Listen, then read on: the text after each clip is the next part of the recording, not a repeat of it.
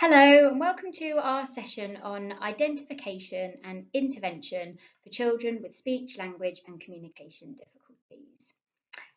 My name's Sian Rees and I'm a speech and language therapist, and I work alongside my colleague Helen Malik as part of the All Talk project in the borough. Over the session, I'm going to talk to you about the impact of speech, language and communication difficulties on children and the importance of early identification. We're going to consider the role of adult-child interaction on language and communication skill development, and hopefully identify some positive interaction strategies and interventions that you can use to develop children's language and communication. So here's some research and facts about speech, language and communication development. We know that if children have difficulties in this area, it can impact on other things, including their learning, social and emotional development, and also there's their behaviour, because there's a really clear link between all those things. Research shows that around 7% of children have speech, language and communication difficulties, and these are children that are going to need long-term support, so often throughout their education. And that 7% means about 2 to 3 students in every classroom will have a significant language and communication difficulty. And moreover, in areas of social deprivation, so in areas of Waltham Forest, 50% of children can be starting school with delayed speech and language skills. And those tend to be children who have more transient difficulties, so the kinds of children that will be able to catch up in time, but they are going to need that additional support and language boost to come in line with their peers. And there's also this concept of missing children. So some children that have difficulties but aren't being identified. And we know then that that would have an impact on early identification and intervention. We know that speech, language and communication difficulties don't always just affect children in the early years. It can actually lead to difficulties throughout their life. So poor vocabulary can significantly affect later life chances, with people being twice as likely to be unemployed. And there's lots of research now to show the really high prevalence of speech, language and communication difficulties in youth offending institutions. And we know that 81% of children with social, emotional and mental health needs now have an underlying communication difficulty. Communication development is a process that normally follows a typical pattern, and it involves lots of different skills that we can see here using this pyramid analogy. So there are foundation skills that a child would need to have first before they start using language to express themselves. It's important, particularly when you're working with children who might have difficulties, that we know about all the different areas of language and communication, not just talking, because then we will know how best to support them. You might be targeting their attention and listening, you might need to look at their play skills and scaffold these, or work on their understanding of language before you're thinking about what the children are actually able to say themselves. So here are some top tips for good practice in your setting. When you're planning activities, think about those that will really inspire children to talk. Children want to talk about new, novel, exciting things, and they're even more likely to be chatty if you base something on their interests. Use every interaction as a chance to build communication, because we know that talking and interaction happens all the time throughout our day. So use every opportunity that you can, even daily routines that are repetitive in terms of language, to build communication. Following children's lead in play, commenting and describing on what they're interested in. I'm going to go into a little bit more detail about that on the next slide. Promote good communication skills with parents by modelling conversations with their children, and make sure you take time to share children's interests with parents. So find out about what they really like doing at home. Is that something that you can emanate in your setting as well? And celebrating the importance of home language if you have a child that speaks another language at home, by asking parents to bring in things related to their language or their culture. So can they share some specific words with you from their language that would help you communicate with their child and help the child to feel more settled in your environment? We know that quality adult-child interaction is really important for supporting children's speech language and communication development. So I'm going to take you through some of the most important strategies that you can be using throughout your day with the children that you work with. We need to make sure that we are following the children's lead. That means observing what they're doing and what they're interested in, taking a step back and waiting, and listening to what they're saying. When we do this, we're giving children the chance to start off the interaction with us rather than it always being led by the adult.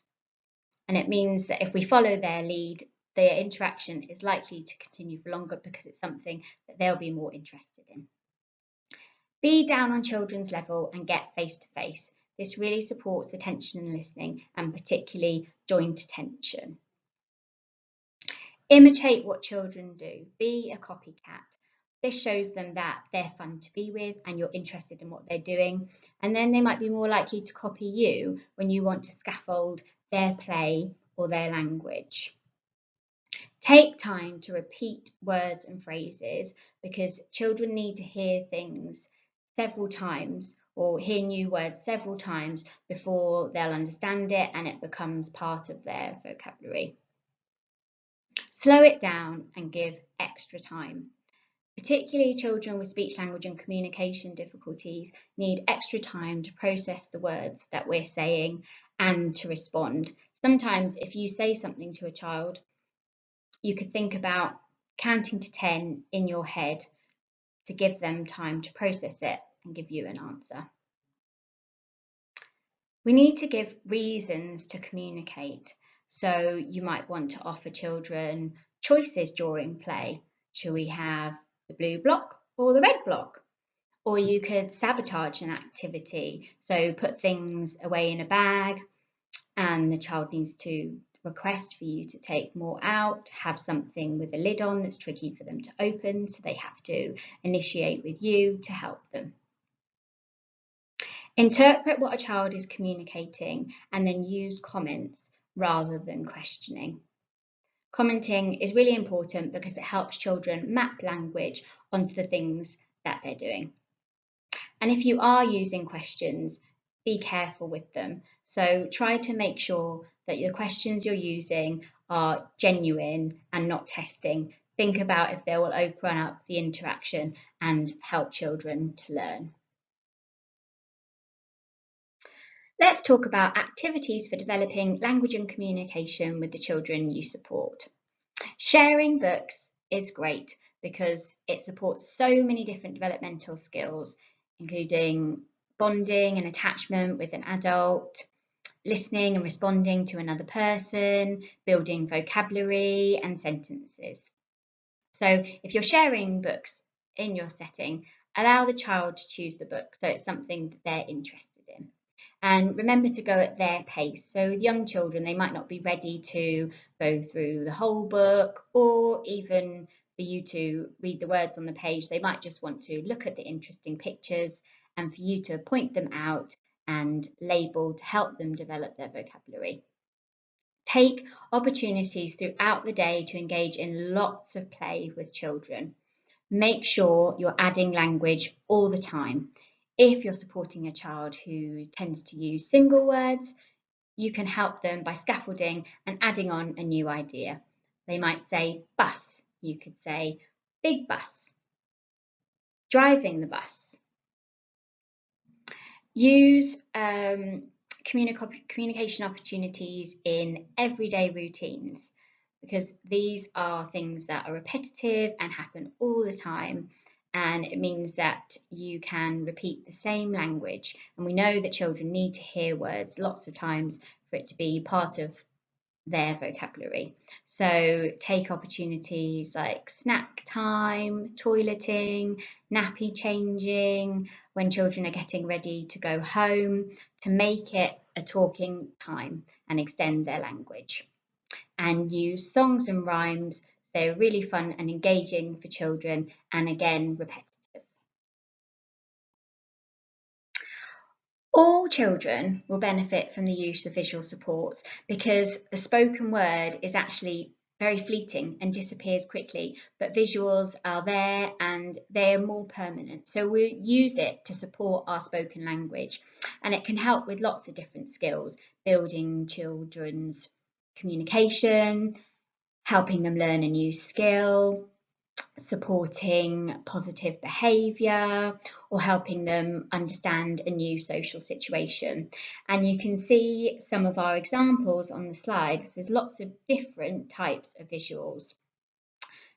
So importantly, our own gestures or signs. You don't necessarily have to know particular signing or Makaton signs. You can also just use your natural gestures to support things like big or little.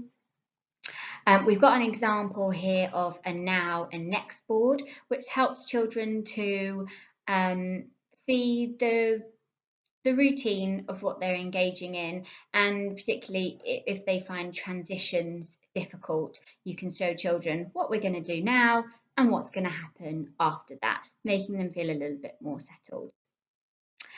Sometimes we might be using something visual to show children how long is left of an activity. So we could be using a sand timer or a timer on our phone to show them when their turn with the bike is over and they have to share with another child, or when it's time to tidy away. You can use visuals to support choice making as well. So we've got some little puppets or toys there in the middle. You could use these to represent nursery rhymes, and children could choose the toy for the song they want to sing. Choice making is really important. And you can use other visuals, that you could have real objects to support and help children understand what's going to happen. So you might be showing them the bowl for snack time, or their coat for going outside. Or you could use a visual card. So for instance, there we've got the example of toilet. If a child isn't initiating with you to show you that they might need to go to the toilet, you can help them and show them that symbol to support their understanding and your spoken words. We've come towards the end of the session now, so just a couple of reflections for you to think about after today. What do you think you're already doing well to support children's speech, language and communication? And what would you do differently or change after the different strategies that we've talked through today? We've included the slide for some further information and useful websites that you can access, specifically around speech, language and communication. And particularly, I like the BBC Tiny Happy People campaign. It's a great website to share with your parents. It has lots of interactive activities and videos that they can watch, or you can also watch, about supporting language and communication. And if you'd like any more support from myself or Helen in the project, you can contact us via our All Talk email at the top of the page there. We also have a Facebook page that we update regularly with lots of ideas on language and communication, so please do follow us.